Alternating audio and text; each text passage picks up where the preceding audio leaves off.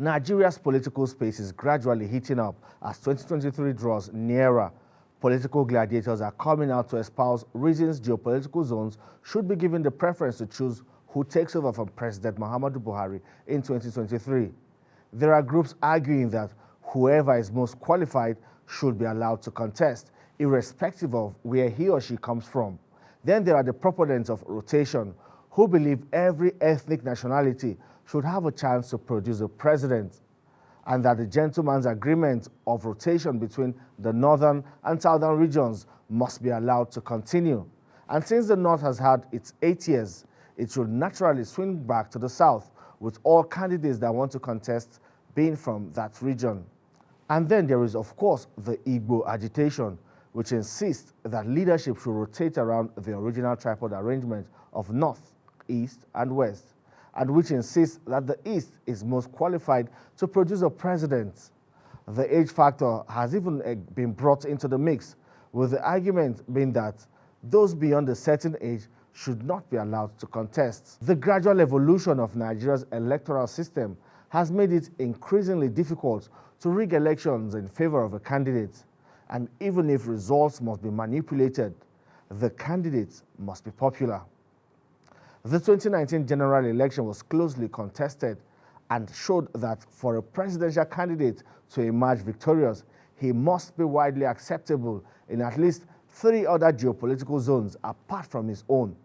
It means the champions of the various positions must now convince a majority of the electorate that their positions are the most tenable. In the mix of the challenge of insecurity that has proved difficult to surmount, politicians must prove what can be done differently if they attain power in 2023 that will stabilize the country and allow its citizens go about their businesses peacefully and without fear. Beyond national politics, the Anambra State Governorship election will be conducted later this year, and already the political gladiators are lining up their arsenals. Money has always been thrown at politics in Anambra with reckless abandon. Will it be any different this time around? This is Politics on Sunday. I am Femi Akonde.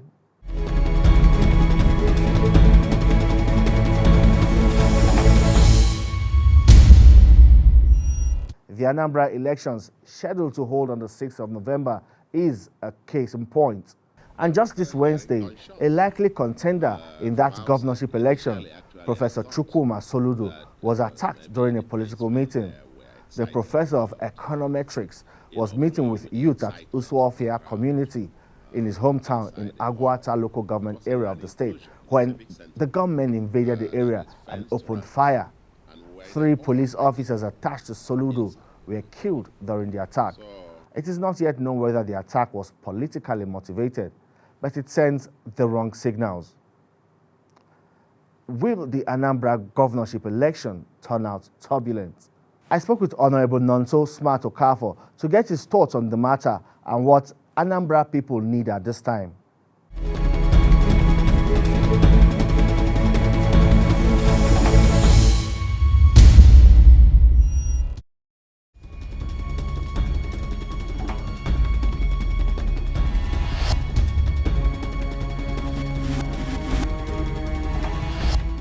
What is at stake is that, of course, we need to find a way to take governance from where His Excellency Shifuli Obiano will stop and take it to the next level. Of course, there are a whole lot of areas the governor has done so marvelously well that we need to sustain. For instance, of course, we talk about the area of security. The governor has done a whole lot in terms of security, irrespective of the recent security happenings in the state. But by and large, of course, you can give it to him that he has done so well in security. And we need to actually up the game. We need to actually find a way to make sure that we capitalize on the gains on the foundation he has laid in terms of security to make our state more secure, because without security, investment cannot, you can't have a very sound investment. You know, most times in Nigeria, we talk about foreign direct investment, trying to attract investors, whereas the environment is not safe for people to do business. So what the governor has done is to make sure that there is an enabling environment in terms of security. So one of the key things I would do is to take over from that where he stopped and make sure that we have a better security architecture. In my manifesto, I talked about establishing a Anambra Security Intelligence Corps. In fact, I was watching TV yesterday, and it appears that Ogun State almost wanted to do what I planned in mind. I saw them inaugurate Amotekun Corps. That Amotekun Corps, it is their local security, but it's well fortified, it's well trained, and they have all kinds of equipments and gadgets for community security. So these are the kind of things I intend to do in terms of security. Then we'll have Anambra Security Intelligence Corps. These are young persons that are trained with the standard of Nigerian DSS, to give online real-time security information that will help the security agencies, both the Nigerian police and the local securities we are going to have, to do efficient work. Again, also we intend to also do a lot in economy. There is our manifesto is tagged Visa Economy. Visa Economy standing for viable, independent, secure, and advanced economy. This is the what encapsulates the entire thing we want to do. We want to build an economy in Anambra State that is self-sustainable, that's self-sufficient, an economy that we cannot always go cap in hand to federal government for federal allocation, because of course, as you can see, the oil revenue is dropping by the day, and we ask ourselves question: what if tomorrow there is no oil? Because definitely it's a doomsday that may come someday, and we need to start planning of alternative to oil, and that is one of the things that the visa economy is going to help us achieve. We're also talking about the critical infrastructure on which that visa economy will be hinged. Critical infrastructure like road infrastructure. Over time in Nigeria, we have come to see that road infrastructure is something that we have turned to become a recurrent expenditure, where our road infrastructures are things that you see where a road is built this year, January, before December, we're already maintaining that road. So I believe that if we're able to move road infrastructure from recurrent expenditure to capital expenditure, which it truly is, we will be able to have roads that can stand the test of time and all that. Then also, finally, the other infrastructure area we need to also address are health institutions, educational infrastructure, health infrastructure, and the like. So it's an all-encompassing program that is packaged in that visa economy document.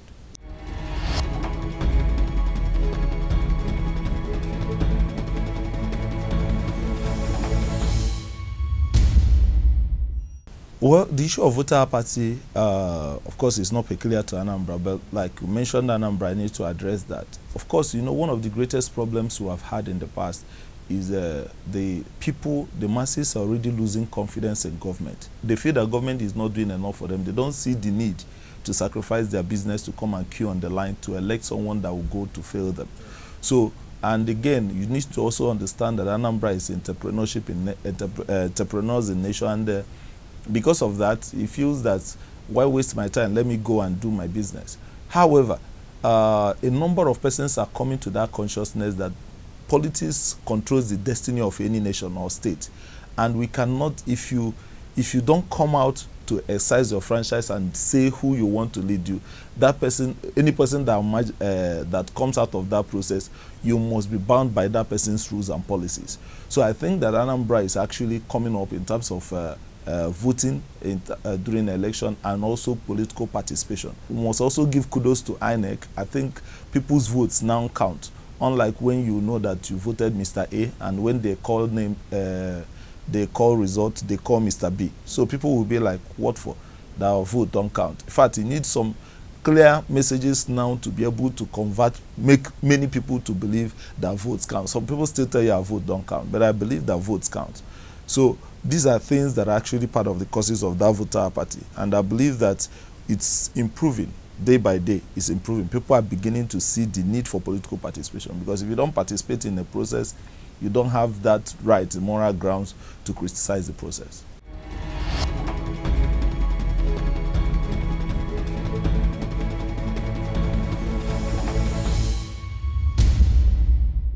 each time I have opportunity of speaking on this subject, I tell people that I am not running just because I'm a young person.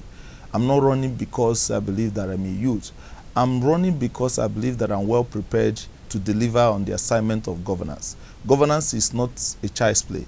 Governance is something that needs a whole lot of things to be put in place to be able to deliver on the assignment. And I'm well prepared for that. When I got to Anambra State House of Assembly, when I was elected into Anambra State House of Assembly, within the first week I was inaugurated, I dropped my bill, the first bill called Anambra Youth Development and Empowerment Commission. People were surprised. They were like, well, have you been trained? You've not even gone on retreat and the likes. But the fact is that I wrote that bill 2 years before coming to the House of Assembly. So I was very prepared even before contesting.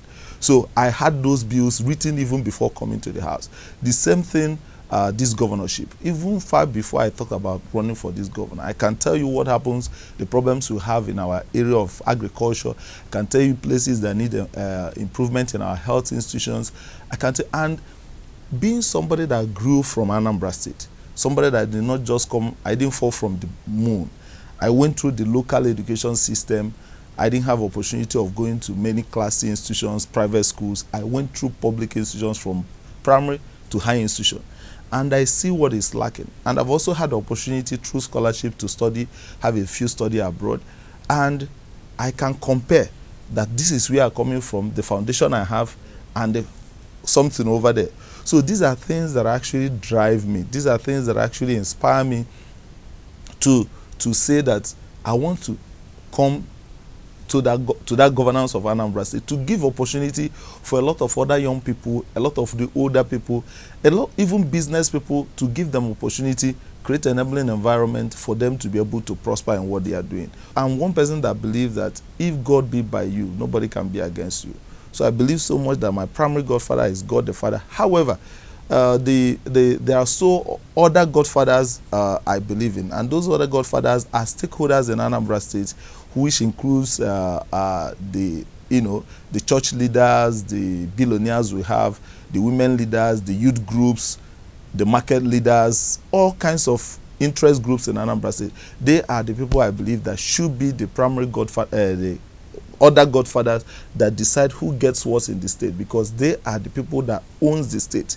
The women, the children, the youth, the older people, they are the ones that own the state, and they should have a decision on who rules them or who leads them.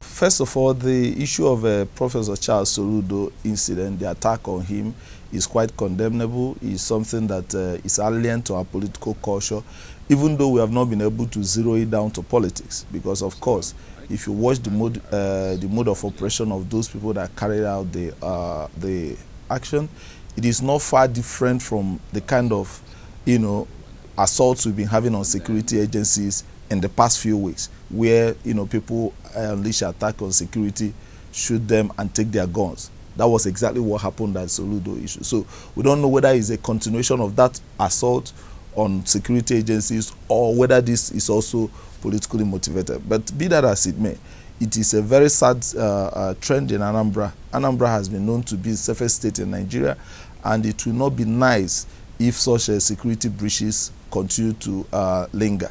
So I actually sympathize with Professor Soludo. I've also spoken with him, expressed my sympathy and prayers for him, and also because one of his relatives, the commissioner in Anambra State, is under captive by the same people. So we're also praying for his safety and speedy release.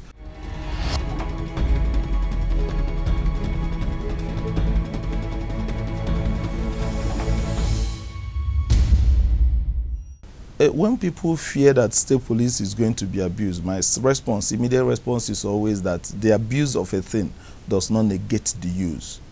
The abuse of a thing does not negate the use. When the likelihood of something being abused will not make you not to create a system that is going to work.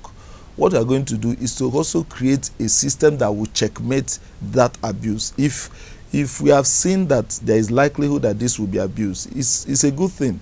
It shows that we already know that there is a problem, there is a red flag somewhere. So what to try to do in trying to create that state police, you try to find a way to make sure that that state police is not abused. So for me, state police will help us a lot in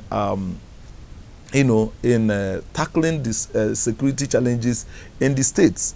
Ogun State launching Amotekun Corps. Of course, indirectly, it's their own state police that they are doing that, because at the end of the day, they are armed, they are empowered to do local security in Ogun State. So the issue of we should stop paying lip service to state police. If for any reason we feel that it's going to be abused, there could be some ways to checkmate it. Maybe there can be ways that there can be ways that it can be checkmated to make sure that it's not abused, because what they're saying is that a lot of governors have tried to become laws unto themselves. That when you have state police, the governor can decide to use state police to torment his oppositions and all that. So, but if a president can control police, I don't see a reason why a governor cannot control police.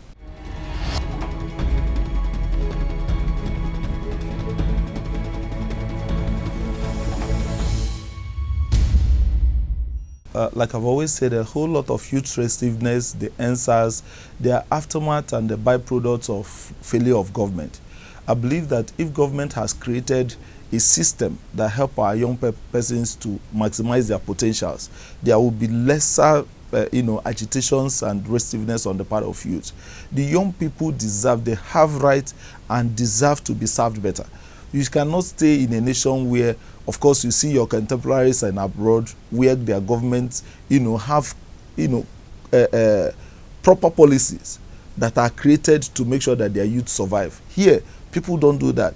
Here is when you are, as a young person, you suffer to create an office. Within the same year you created an office, the government that never supported you will come there to tax you, to ask you for one levy or the other. It's crazy. So I believe that young persons have, Nigeria has come to a time that we should know that unless we're able to create a system that that maximizes the potential of our young persons, there may never be lasting peace in Nigeria.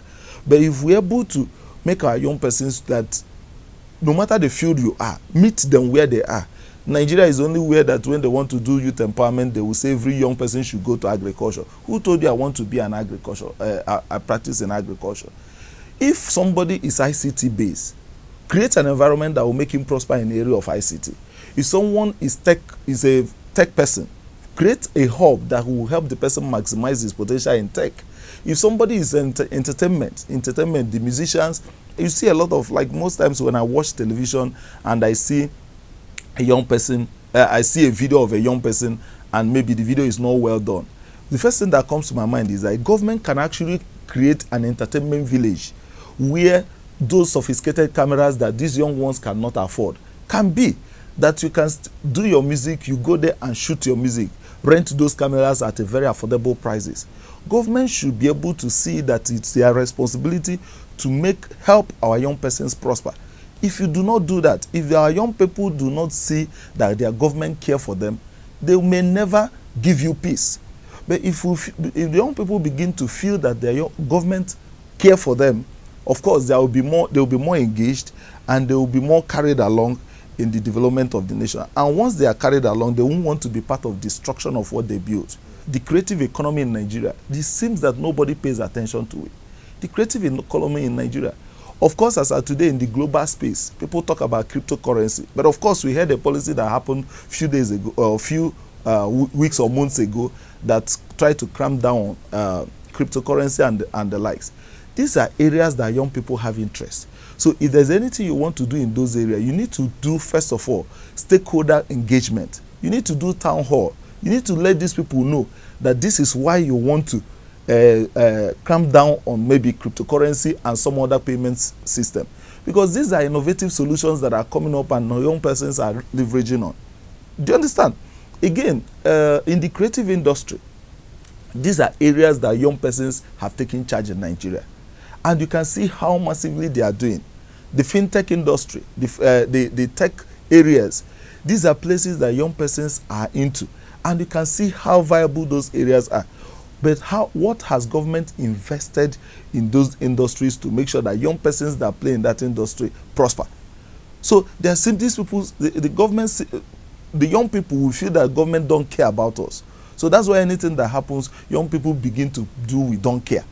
But if we know that government care about us, I can assure you that no young person will take up to arms to destroy a government that he is part of. So government should be able to give young persons a sense of belonging. And when we do that, I can assure you, it's only a government that doesn't know its mettle that play with their younger generation. Because the younger generations are more in number and they are the life wire of any society. The energy and vigor of young persons need to be harnessed for the development of our nation. We shouldn't be clamping down and suppressing our younger generation. There are a lot of young persons in Anambra State that are business-oriented, they're entrepreneurial in nature, and these people, what they need is just maybe once more access to capital. You know, most times when we talk about empowerment of young persons, that's why the first bill I sponsored at the State Assembly, which is waiting for Governor's assent now, is a Youth Development and Empowerment Commission. Because I feel that government should have a system, a process that talks about a well-designed process that develop and empower our youth. The time of wheelbarrow empowerment and clipper empowerment of our youth should be over. We're in a digital economy. We cannot afford to operate analog in a digital age. So if we have a government that can, you know, create access to capital in different fields, because what we have today is where we, like in Nigeria, we see maybe the only access to capital you have is farming. Even that farming, they will tell you the specific area they need farming. They will tell you it has to be rice farming or fish farming. Must everybody be a rice farmer or fish farmer? If a young person is into development of an app, he should be able to have a place he can go to access capital to do his business. If a young person is in the area of entertainment, maybe he has done a music and he wants to shoot a video and he needs a little capital, there should be an opportunity for him to be able to access a capital. So one of the things I intend to do is that there should be a commission, this commission in Anambra State. By the time I come over as the governor, next governor of Anambra State, by grace of God, we're going to put life to that commission such that every young person will find a space to maximize his potential.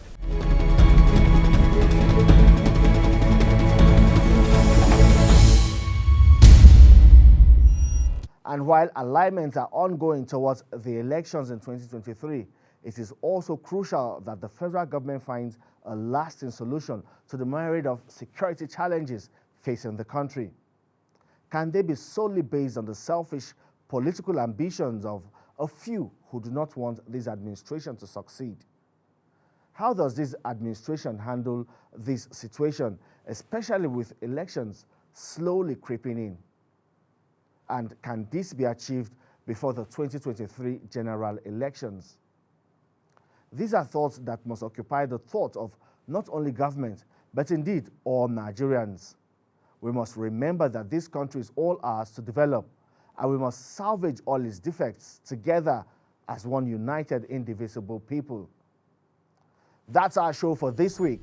Join us again next week when, again, we look at another issue of national discourse. I am Femi Akondi.